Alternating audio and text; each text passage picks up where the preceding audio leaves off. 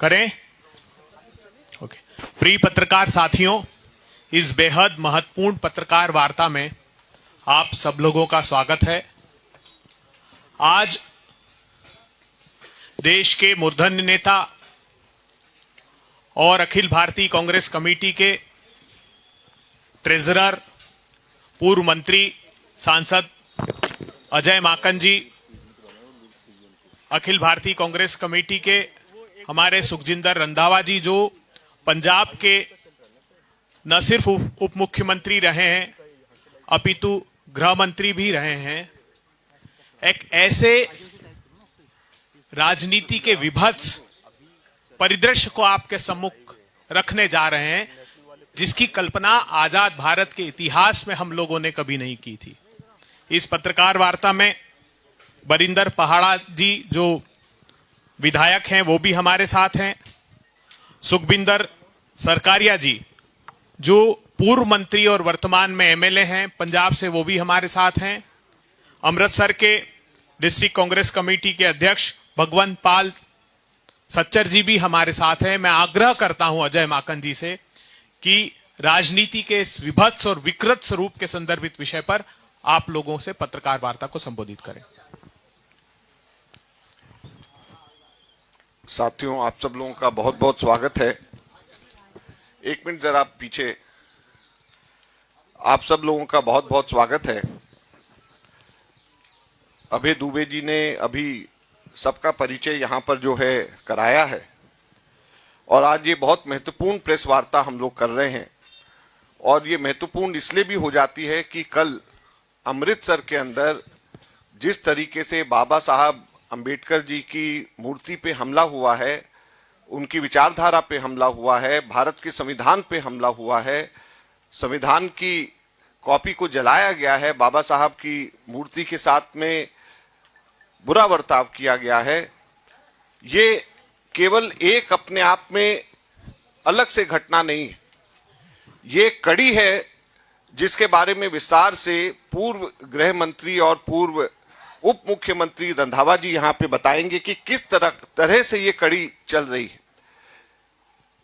ये बताएं इससे पहले मैं केजरीवाल जी से पूछना चाहता हूं कि क्या देश के खिलाफ चलते हैं चाल के, क्या सत्ता की देश को धोखा दे रहे हैं केजरीवाल? सचमुच में क्या तुम देशद्रोही हो? सचमुच में क्या तुम खलनायक हो? क्या नायक का सिर्फ मुखौटा हो? निश्चय ही अभिनय में महाछलावा है, अभियान भी बहुत ही छोटा है। तो इससे मैं शुरू कर रहा हूं और ये पहली स्लाइड मैं अनुरोध करूंगा प्रेजेंटेशन के शुरू करें। पहली स्लाइड।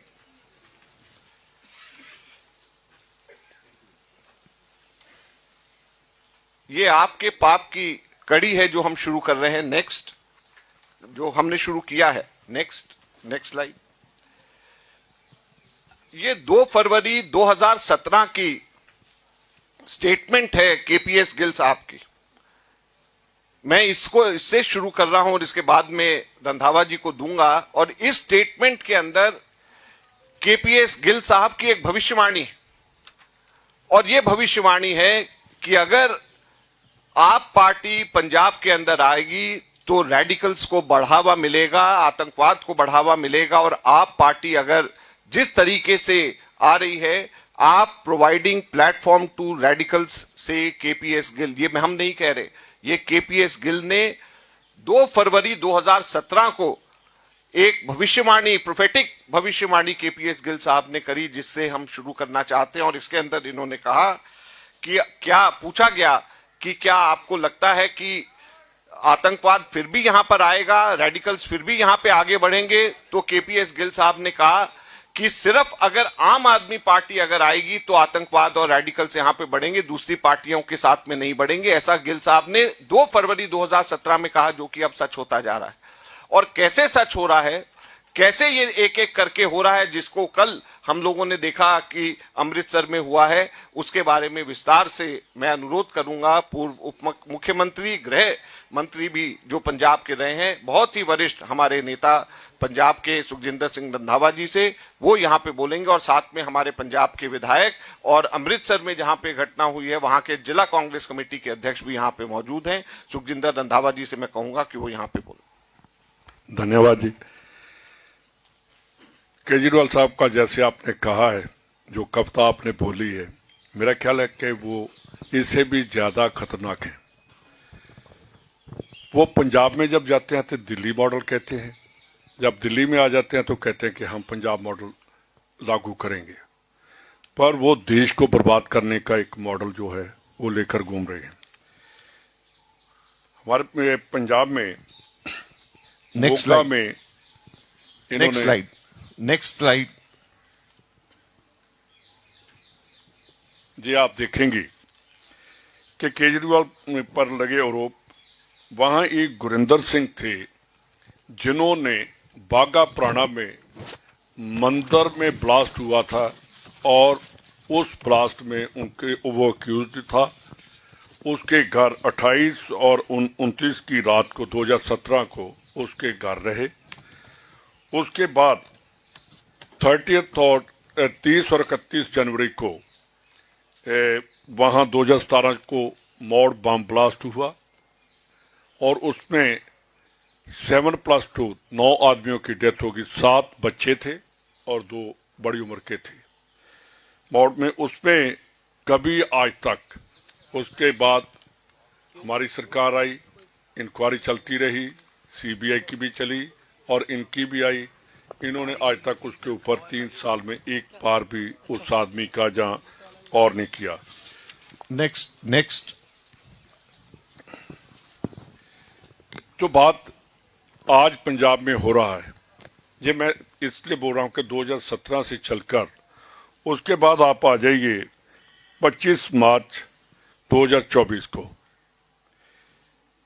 खालिस्तानी ग्रुप लिखा उन्होंने कि 16 मिलियन हमने दिया। मेरे को याद है कि इन्होंने रोपड़ से लेकर मनाली, कुल्लू मनाली के जो माइलस्टोन हैं उनके ऊपर खालिस्तान जिंदाबाद के नारे लिखे।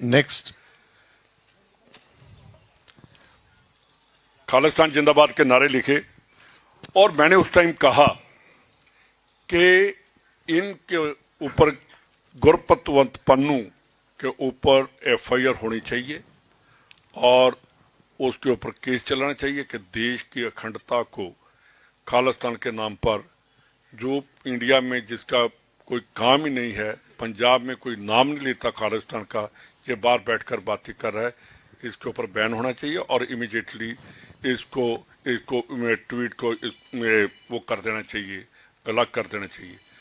तो उसने उसमें कहा कि अगर आप में हिम्मत है तो बात करो। हमने आपको 16 मिलियन फंड किया डॉलर, 16 मिलियन डॉलर हमने फंड किया है, आपको वोटें डाली हैं, आपका प्रचार किया है, अगर जरूरत है भगवंत मान मेरे ऊपर केस कर। तो उसने भगवंत मान ने एक स्टेटमेंट नहीं दी। हम तीनों विधानसभा में बैठे थे और भी हमारे एमएलए जो विधानसभा 17-18 थे हम लोग, हमने कहा कि इसके ऊपर केस होना चाहिए। यही भगवंत मान विधानसभा से उठकर चला गया, इसने जवाब नहीं हमें दिया और हम वॉकआउट करके बाहर आ गए। उसके आगे 16 million dollar 16 million dollar 128 crore रुपया होता है। 128 करोड़। ये तो वीडियो, इसकी वीडियो भी है, वो भी आपको बाद में मैं भेज दूंगा। नेक्स्ट जो उन्होंने कहा। नेक्स्ट उसी टाइम में चरणजीत सिंह चन्नी चीफ मिनिस्टर थे, उन्होंने इसके अगेंस्ट लिखकर गवर्नमेंट ऑफ इंडिया को भेजा। आज तक गवर्नमेंट ऑफ इंडिया ने भी इसके ऊपर कोई एक्शन नहीं किया, कोई बुलाया नहीं, ना लेटर लिखने वाले को जवाब गया, ना उसकी बात में कोई उन्होंने कहा। उसके बाद मैंने नेक्स्ट है जी राघव चड्ढा का। उस टाइम ये देखिए लेटर आ गई है कि फोन कॉल फ्रॉम आप राघव चड्डा टू SFJ। ये कॉल नहीं हो सकती, मेरा ख्याल में ये मिलते भी थे इनके जो वहाँ दिल्ली में बैठे हैं और वहाँ अमेरिका में, और मेरे ख्याल के सबसे ज़्यादा अगर कोई कॉल्स आई हैं तो इनकी थी, खालिस्तानियों की और गुरपतवंत पन्नू और जो और रेडिकल्स ग्रुप थे। उन्होंने कहा इसमें कि आप ये किसी को मत बताना कि हमने कॉल किया है। ये बिल्कुल टोटली देश को अलग करने वाली बात जो है, वो जो KPS गिल ने, जो माकन साहब ने कहा है, KPS गिल की जो प्रोडिक्शन है वो तो चलेगे, पर उन्होंने जैसे हिंदुस्तान पंजाब में टेररिज्म को ख़त्म किया, उन्होंने वहाँ एप्रीहेंशन अपनी बता दी कि पंजाब में अगर ये आएंगे तो नुकसान पंजाब का होगा, और वही पर चल रहे हैं। देखिए हमारे नेक्स्ट ये रोपड़ से मनाली के हाँ, रोपड़ मैंने पहले बोले, हिमाचल खालिस्तान फ्लैग पहले भी चताया था, दोबारा कर रहा हूँ। ये कुमार विश्वास ने ये अरविंद केजरीवाल को कहा, वो मैंने आपको बता ही दिया। उसमें ये भी कहा था कि पंजाब के MLA विधायक रंधावा खुद ने जो कहा है कि खालिस्तान के ऊपर रेफरेंडम जो बात कर रहे हैं उनके ऊपर केस करना चाहिए, उसमें उसने डायरेक्ट केजरीवाल और भगवंत मान को चैलेंज किया था कि अगर आप में जरूरत है तो हमारे ऊपर केस रजिस्टर करो, फिर हम आपको बताएंगे कि हमने आपकी कैसे सपोर्ट की और कैसे आपको जितवाया और कहां कहां से आपको पैसा दिया, ये हम पब्लिक को दिखाएंगे। नेक्स्ट, ये बहुत ही डेंजरस एक इंसिडेंट्स के बारे में है जिसमें रंधावा जी अभी विस्तार से बताएंगे। आप लोगों को शायद इस चीज का अंदाजा नहीं है कि पंजाब के अंदर अलग अलग जगहों के ऊपर पुलिस स्टेशंस में ग्रेनेड अटैक्स हो रहे हैं। ये दिल्ली के अंदर मीडिया में और किसी भी जगह के ऊपर नहीं है। 31 दिसंबर को की ये न्यूज कटिंग है। 8 पुलिस स्टेशंस में 31 दिसंबर तक 8 पुलिस स्टेशंस में ग्रेनेड अटैक्स हुए थे। और दुख की बात यह है कि ग्रेनेड इसमें ऑस्ट्रियन मेड ग्रेनेड्स हैं जिसका इस्तेमाल मुंबई अटैक के अंदर और पार्लियामेंट 2001 के पार्लियामेंट अटैक में हुआ है। वही ग्रेनेड्स का इस्तेमाल पंजाब के अंदर हुआ है और खूब सारे ग्रेनेड्स आए हुए हैं और उसका इस्तेमाल वहां पे हो रहा है। रंधावा जी अभी इसके बारे में और बताएंगे। मुझे बताया कि आपके पास तो 31 दिसंबर तक की है, उसके बाद लेटेस्ट ये अभी बताएंगे। लेकिन बड़े हैरानी की और बहुत ही चिंता के विषय यह है कि ऑस्ट्रियन ग्रेनेड जिसका इस्तेमाल मुंबई अटैक में और 2001 के पार्लियामेंट अटैक में जिन ग्रेनेड्स का इस्तेमाल हुआ, उससे 8 ग्रेनेड्स के अटैक पंजाब के अंदर पुलिस स्टेशंस में हुए हैं। रंधावा जी, अब तक पंजाब में जो ग्रेनेड अटैक्स हुए हैं वो 11 हो गए हैं। एक रेजिडेंस पर भी हुआ है, बहुत बड़ा व्यापारी था, और उसके घर पर अभी RDX कहते हैं कि इंक्वायरी चल रही है। जो 11 अटैक्स हुए हैं पुलिस स्टेशनों में, ऑस्ट्रेलियन जो ग्रेनेड हैं उनके अटैक हैं। पहले तो आपने भी देखा होगा, न्यूज़ भी सुनी होगी आप सभी लोगों ने, पंजाब पुलिस ने कहा था कि ये कोई पटाखे फोड़ कर गया है। सबसे पहले जो अटैक हुआ वो पुलिस स्टेशन मजीठा में हुआ। वहां पुलिस ने कह दिया, पंजाब पुलिस ने, कि वहां हैंड ग्रेनेड का नहीं अटैक हुआ, वहां मोटरसाइकिल का टायर फट गया है। पहली बार सुना है कि मोटरसाइकिल के टायर से पूरे के पूरे पुलिस स्टेशन के शीशे टूट गए और पूरे 12-13 हजार की पॉपुलेशन है वहाँ की, ज़्यादा ही 20,000 की, वहाँ तक पूरा उसका आवाज़ भी आई। उसके बाद वही अटैक दूसरा वहाँ मकबूलपुर में, इस्लामाबाद में हुआ। फिर उन्होंने कहा कि ये अटैक नहीं है।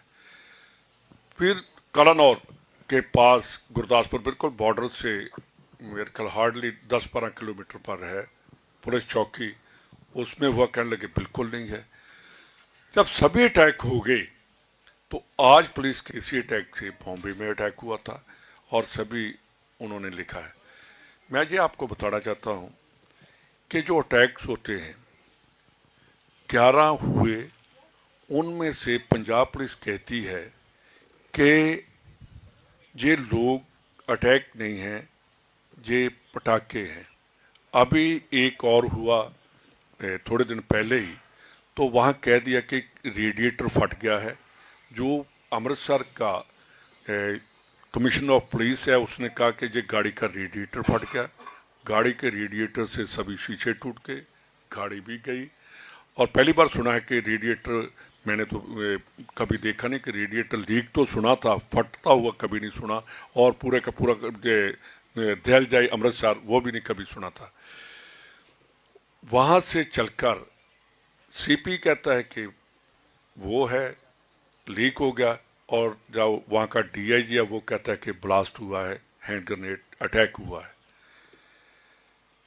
और इनमें से सभी से जो बख्शीवाल में हुआ हैंड ग्रेनेड अटैक, इन्होंने कहा ये पटाखा नहीं है, पता नहीं क्या है। वही आदमी जाकर पीलीभीत उनका इनकाउंटर होता है, और फिर उसके बाद पंजाब पुलिस कहती है कि ये अटैक्स हैं।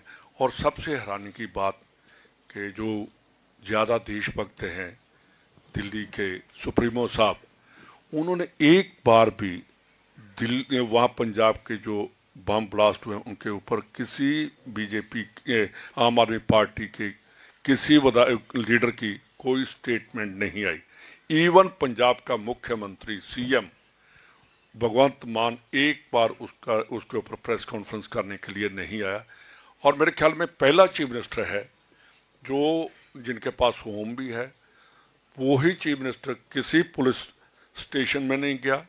आज तक उसने पूरी पंजाब पुलिस की मीटिंग नहीं ली, डीजीपी की नहीं ली। और पहले होता था कि छोटा सा भी कोई इंसिडेंट पंजाब में हुआ तो उसी टाइम पूरे की पूरी पंजाब पुलिस की मीटिंग होती थी कि ये कैसे हो गया, क्या कैसे किया गया। तो ये मैं इसलिए मैंने ये कहा है कि ये पार्टी जो है ये पंजाब को ख़त्म करने के लिए, पंजाब को आप एक 13 पार्लियामेंट की सीटों का स्टेट मत समझिए। पंजाब हेड है हिंदुस्तान का।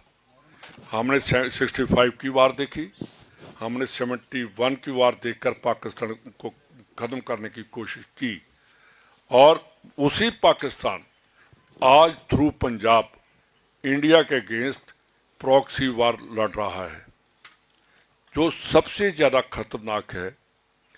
और उसके ऊपर ये सभी पुलिस स्टेशन और जो अटैक हुआ है घर पर जयंतीपुर गांव में, वो सभी 50 किलोमीटर से बहुत ज़्यादा 50 किलोमीटर में तो पूरा अमृतसर डिस्ट्रिक्ट आ जाता है, पूरा का पूरा गुरदासपुर डिस्ट्रिक्ट आ जाता है। वहाँ तक हिंदुस्तान की जो बीएसएफ है उनका कंट्रोल है कि कहीं कोई अटैक होता तो। मैंने जो लेटर लिखी है होम मिनिस्टर साहब को कि आपने नेक्स्ट एक और चीज बोल ये मैंने लेटर लिखी है होम मिनिस्टर साहब को, ये लेटर लिखी है मैंने कि पंजाब में पुलिस स्टेशन पर next slide hand grenade attacks हो रहे हैं। और आज तक आपकी एनआईए कहाँ चलेगी, बॉर्डर सिक्योरिटी फोर्स कहाँ चलेगी? ये एक हैंड ग्रेनेड अटैक नहीं है, ये नेशनल सिक्योरिटी को थ्रेट है। हमारे टाइम में 2008 में कैप्टन साहब उस टाइम चीफ मिनिस्टर थे, और राजस्थान में इनके एरिया में एक अटैक हो गया था, बम अटैक हुआ था। तो मेरे ख्याल के पंजाब पुलिस से पहले एनआईए वहाँ पहुँच गई थी। तो आज 1.5 महीने में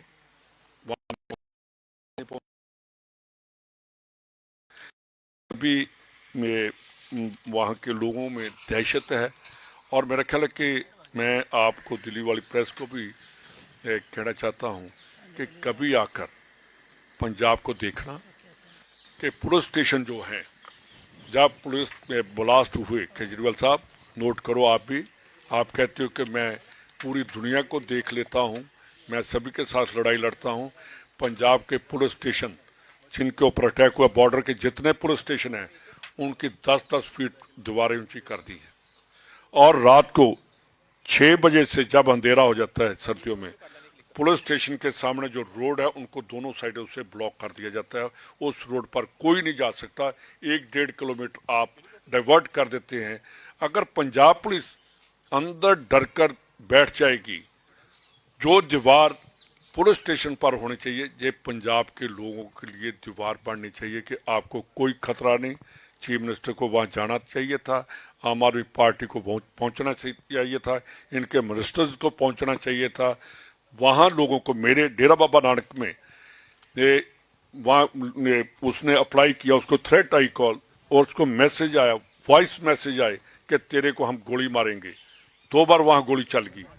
उसको लाइसेंस देने की बजाय उसका रिफ्यूज कर दिया गया और उसके ऊपर अटैक हुआ। वहाँ जब लोग वहाँ गए डेरा बाबा नानक पुलिस स्टेशन में तो रास्ता बंद। डीएसपी ने अंदर नहीं लेकर गया। मेरी कॉल से डीआईजी को, मैं रिकॉर्ड आपको बता रहा हूँ, मैंने डीआईजी को कॉल किया कि वहाँ गोली चल गई है। वो बहुत हैरान करा, गोली चल गई। मैंने कहा लोग तो नारे लगा रहे हैं। तो वहाँ पे डीएसपी जब तक पहुँचा, उन्होंने पुलिस स्टेशन के अंदर एंटर नहीं करने दिया, बाहर रोड पर खड़े होकर उन लोगों की बात सुने। तो ये मेरे वहाँ जो कहते हैं कि पंजाब में कि गैंगस्टरिज्म और जो रेडिकल्स हैं, गैंगस्टर और रेडिकल्स, इनका नेक्सस बन गया है। ये दोनों इकट्ठे हैं।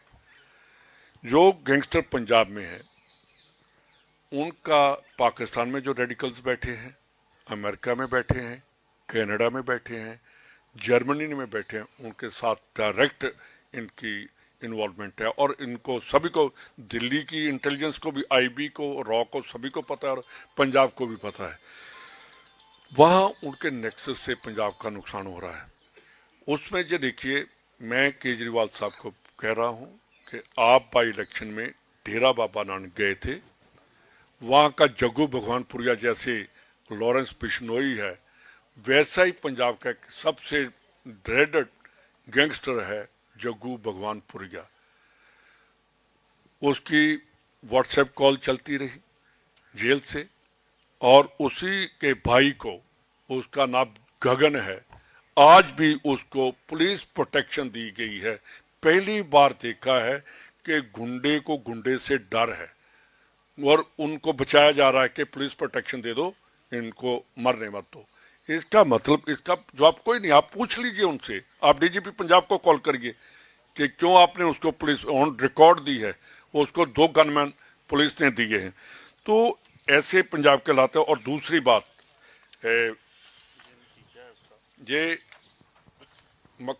माकन साहब, पहली बार मैंने देखा है कि चीफ मिनिस्टर, जब तक बहुत देर से मेरी फैमिली भी पॉलिटिक्स में है, मैंने भी कई बार झंडा जाकर फ्लैग होस्टिंग की है, तो पहली बार देखा है कि टेररिज्म के टाइम में खालिस्तान का जब बहुत जोर था, भिंडरावाला जिंदा थे, उस टाइम भी कभी मिनिस्टर जहाँ कोई चीफ मिनिस्टर भागा नहीं, वो वहाँ खड़े होकर फ्लैग होस्टिंग करके आए और फिर आते थे। ये पहला चीफ मिनिस्टर है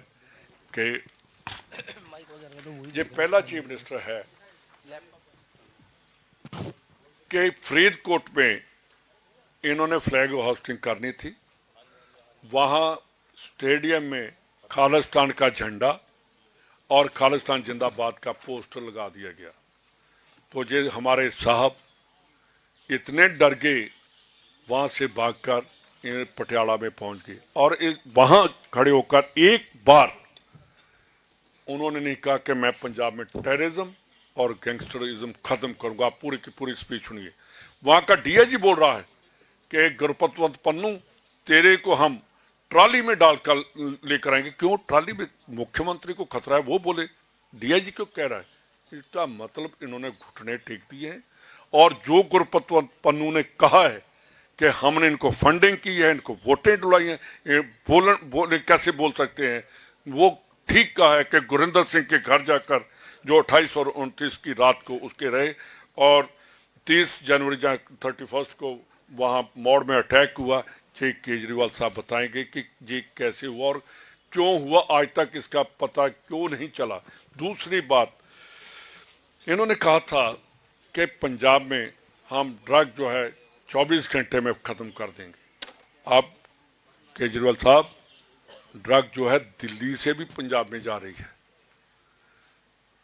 आप जब देखेंगे एफआईआर निकालिए कि कहां नाका लगाया, कहां से पकड़ी गई। दूसरी बात, अब होम डिलीवरी है पंजाब में।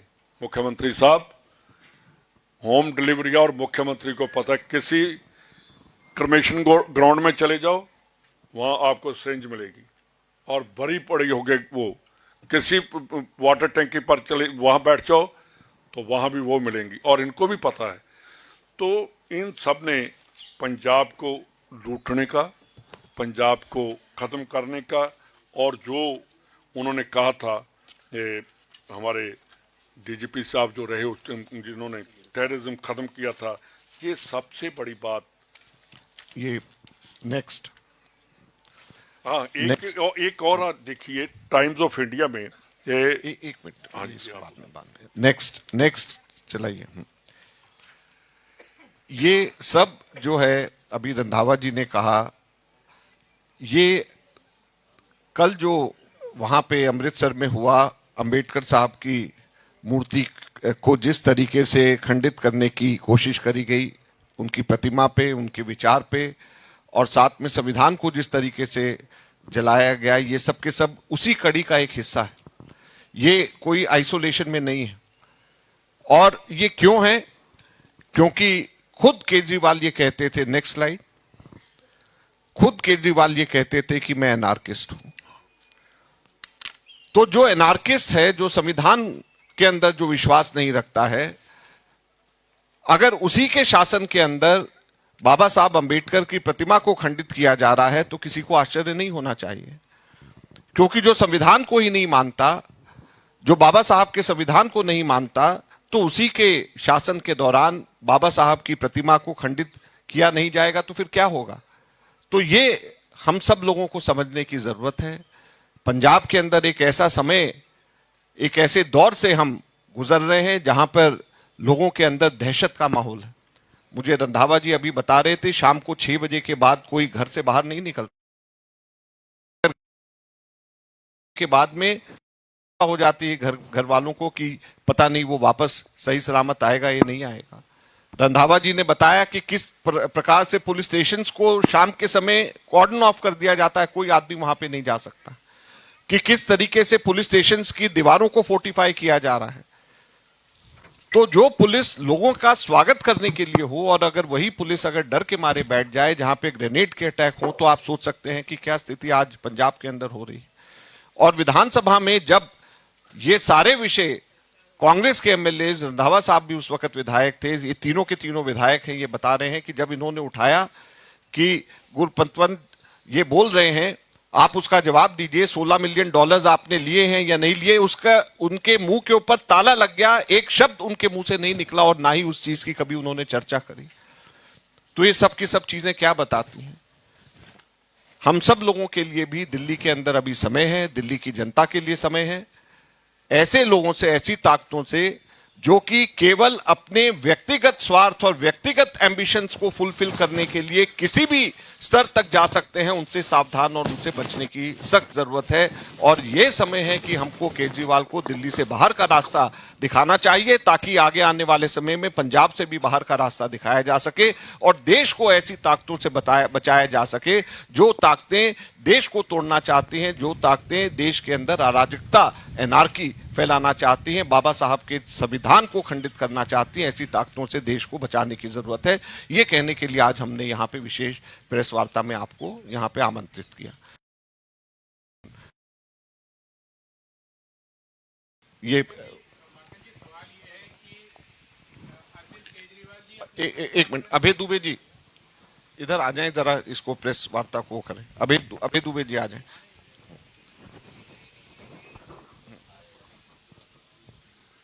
जी बोलिए। सर, ये अरविंद केजरीवाल जी अपने प्रेस कॉन्फ्रेंस में और जनसभा में दिल्ली और होम मिनिस्ट्री पे तो आरोप लगाते हैं कि लॉ एंड ऑर्डर नहीं है, और जैसे रंधावा जी ने बताया, जैसे आज की प्रेस कॉन्फ्रेंस में आप बता रहे हैं, क्या हालत है पंजाब का, और वहाँ भी आम आदमी पार्टी की सरकार है। क्या इसके पीछे आपको क्या रणनीति लगती है अरविंद केजरीवाल जी? देखिए, रणनीति क्या, ये तो सीधे सीधे उनकी विफलता है या जानबूझ करके उसके ऊपर कार्य नहीं कर रहे। देखिए, आपने कहा कि क्या इनकी रणनीति क्या है। मेरे ख्याल में दोनों ही इकट्ठे हैं, बीजेपी और आम आदमी पार्टी। पंजाब में अगर जहाँ कहते हैं कि दिल्ली में कह रहे हैं कि गवर्नमेंट ऑफ इंडिया के पास होम डिपार्टमेंट है, पंजाब में तो हमारे पास इंडिपेंडेंट है, तो वहाँ का लॉ एंड ऑर्डर क्यों खराब हो रहा है? क्यों चीफ मिनिस्टर फरीदकोट से भाग रहा है कि मेरे को खतरा है और जाकर पटियाला में फ्लैग होस्टिंग कर रहा है? तो इसके पीछे क्या है? क्योंकि चीफ मिनिस्टर जर्नल जब लड़ाई में जाता तो जर्नल ही भाग जाएगा तो फौज कहाँ खड़ी रहेगी? फौज तो पहले भाग जाएगी। हमारा चीफ मिनिस्टर बुजदिल है और उसकी टांगों में दम नहीं है, खालिस्तान के अगेंस्ट बोल नहीं सकता, क्रिमिनल्स के अगेंस्ट बोल नहीं सकता, इसलिए वो वहां से भागकर पटियाला आ गया। इसका जवाब केजरीवाल को देना चाहिए।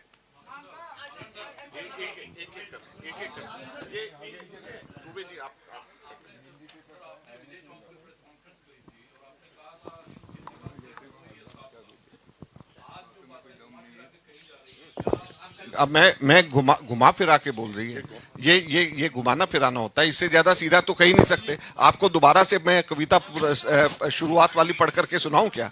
ये क्या घुमाना फिराना होता है? आप क्या बात कर रहे हो? माकन साहब, मेरा सवाल इसी से जुड़ा हुआ है जो अजीत ने पूछा। अब चूंकि पहले आपने कहा कि एंटी नेशनल है और आपने कहा कि आगे आप इसके लिए प्रेस वार्ता करेंगे, आज आपने कर दी। आपने ये भी बता दिया कि रेडिकल फोर्सेस से पन्नू से 100 आम आदमी पार्टी ने लिया। तो आज जब ये सारी बातें, हालांकि बातें पुरानी है, 2017 के बाद कई बार ये बातें पुरानी नहीं है, लेकिन मैं सवाल तो पूछ लेने, एक मिनट में बीच में रोक रहा हूं इसलिए कि पुरानी बातें नहीं है। क्या आपको मालूम है कि 11 पुलिस स्टेशन के ऊपर ग्रेनेड अटैक हुए? एक मिनट रुकिए, ये पुरानी बात है क्या?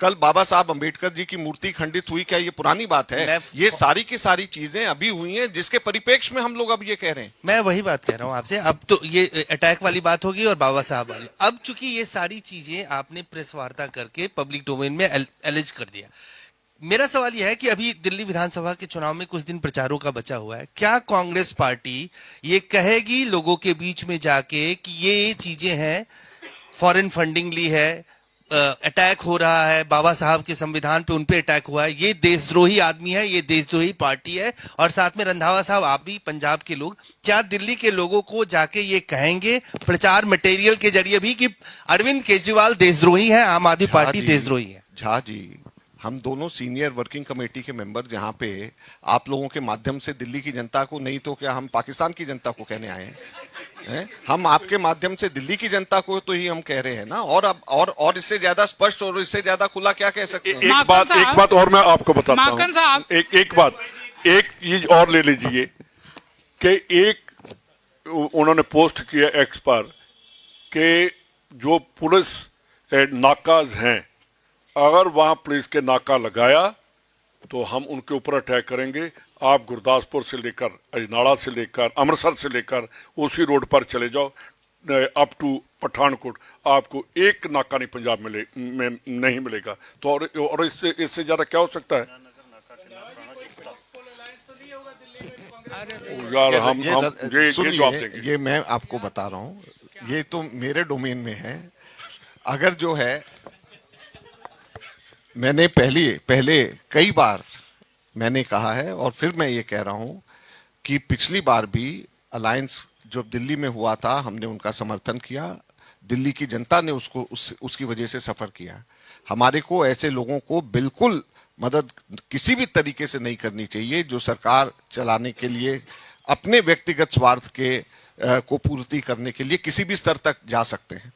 हम कभी भी ऐसे लोगों को, हम लोगों को समर्थन नहीं करना चाहिए। मैंने पहले भी कहा। हाँ, साथ में ये भी मैं जोड़ता हूं कि भी ये मेरी राय है और मैं कांग्रेस का दिल्ली में सीनियर मोस्ट हूं, तो हमारी पार्टी में सब मिलकर के डिसीजन लेते हैं। लेकिन दिल्ली के कांग्रेस के सभी, आप किसी से भी पूछ लीजिए, सबकी यही राय है। पंजाब में ये तो राहुल जी बताएंगे, लेकिन मेरी अपनी राय जो ये है, और पंजाब के भी सब लोग यही कहते हैं।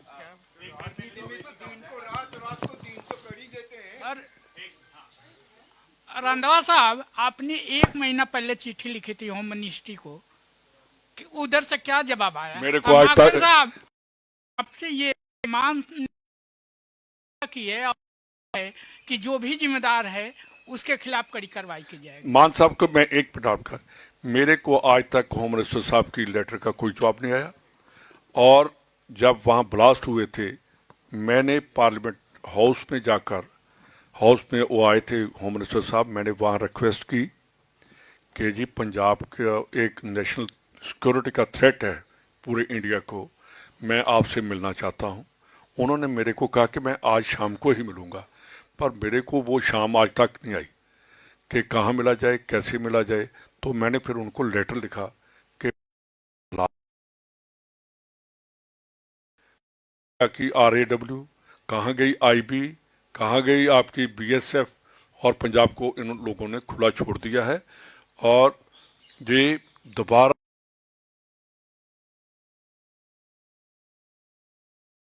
बांट रहे हैं।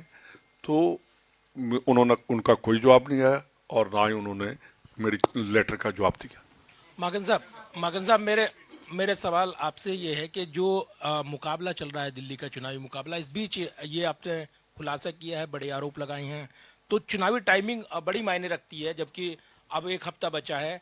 इस वक्त ये आरोप जो लगाए गए हैं कितना असरदार होंगे, और ये परसेप्शन बन रहा है कि कांग्रेस ने बहुत देर कर दी है। दूसरा सवाल है कि केंद्र सरकार से क्या मांग करेंगे? एक एक करके देखिए, ये प्रेस वार्ता मुझे पहले करनी थी, लेकिन रंधावा जी उस दिन दिल्ली में नहीं थे, और मैं उस दिन भी कर सकता था, लेकिन बगैर रंधावा जी के, क्योंकि as former home minister Randhawa ji का रहना जरूरी है, जो कि खुद अपने मुंह से जब बताएंगे तो उस चीज की को बेहतर तरीके से कहा जा सकता है। तो इसलिए कोई लेट नहीं हुआ, हम लोग अपनी बात करना चाहते हैं। हमारा मकसद यह है कि हम दिल्ली की जनता को चेताना चाहते हैं, हम दिल्ली की जनता को बताना चाहते हैं कि सावधान रहें एक ऐसे व्यक्ति से जिसके हाथ में पूरी लॉ एंड ऑर्डर आई, जहां पे उसने किस तरीके से देश विरोधी ताकतों के हाथ में पूरे के पूरे स्टेट को देने की साजिश वहां पे रची जा रही है। तो ऐसे लोगों से बचा जाए, दिल्ली से भगाएं, ताकि पंजाब से भगा करके हमारे देश की रक्षा करी जाए। आज ये दिल्ली का चुनाव अकेले का नहीं है, ये देश का चुनाव है, देश की रक्षा का चुनाव।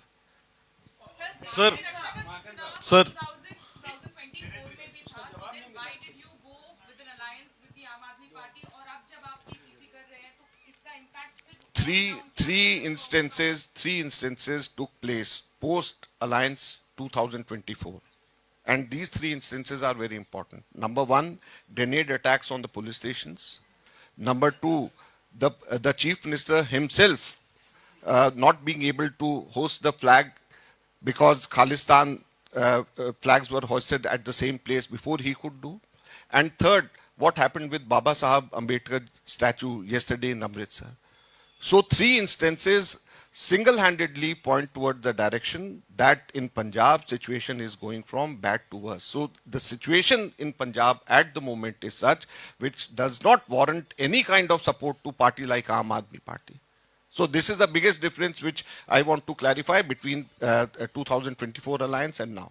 ओके सर, दो सवाल हैं मागन साहब। पहली चीज तो ये कि एक होता है नाकाम होना, तो पंजाब में लॉ एंड ऑर्डर की जो नाकामी है वो साफ दिख रही है, लेकिन आप लोग कह रहे हैं कि ये नाकामी जो है वो मिली भगत है और आप सीधे केजरीवाल को देशद्रोही कह रहे हैं।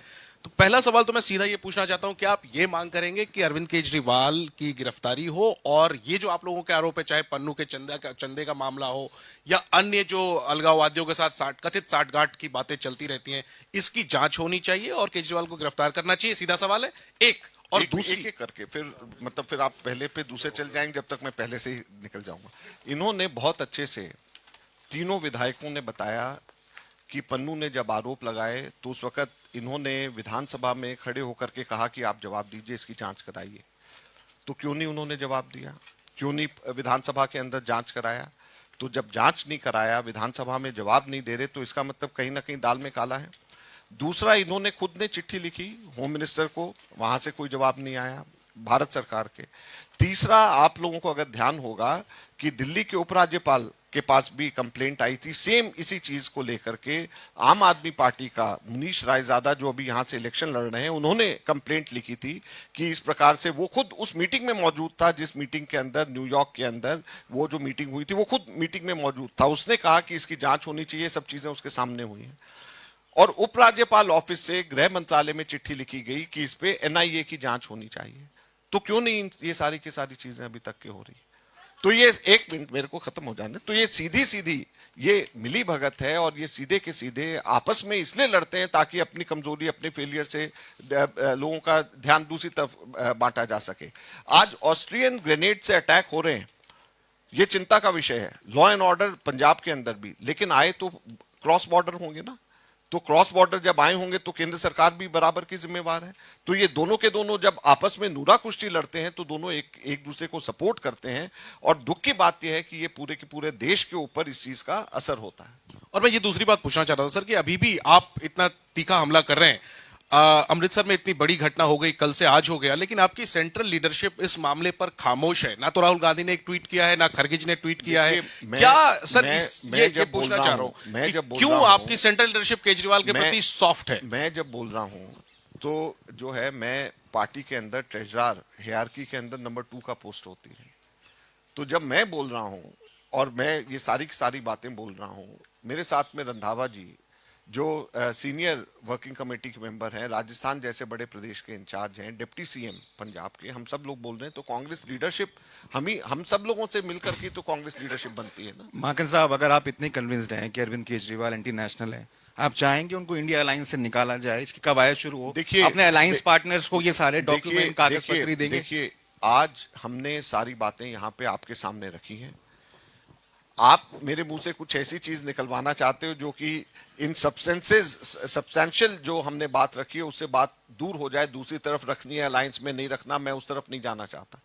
क्योंकि मुझे मालूम है, मैं जनरल सेक्रेटरी कम्युनिकेशन भी आज से 11 साल पहले रह चुका हूं, तो मुझे मालूम है कम्युनिकेशंस के क्या वो है। तो सबसे महत्वपूर्ण बात यह है कि आज जो हमने बात रखी ये बड़ी गंभीर बात है। ये बात आज जो है सब लोगों को, मुझे नहीं लगता कि बहुत सारे लोगों को पता होगी, और ये सारी बातें पंजाब में पता है। पंजाब विधानसभा में इन सब विधायकों ने रखी है और वहां पे से नहीं उठाई गई बात।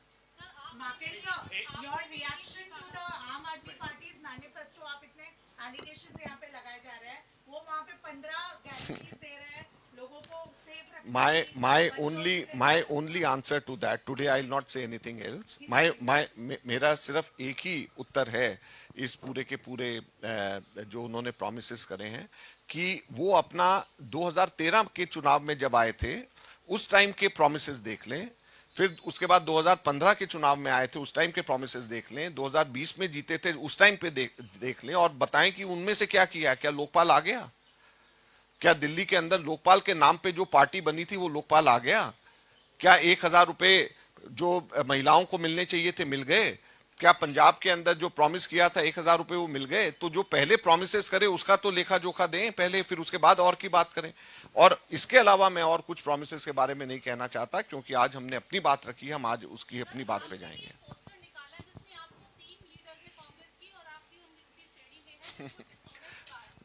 देखिए, केजरीवाल का पिछली बार मैंने कहा कि वो माफी वीर हैं। हिंदुस्तान के अंदर अगर सबसे ज्यादा माफी मांगने का रिकॉर्ड उनके पास है तो वो है। और दूसरी, उनकी लिस्ट चेंज होती रहती है। उनकी ये लिस्ट तो चेंज लिस्ट है।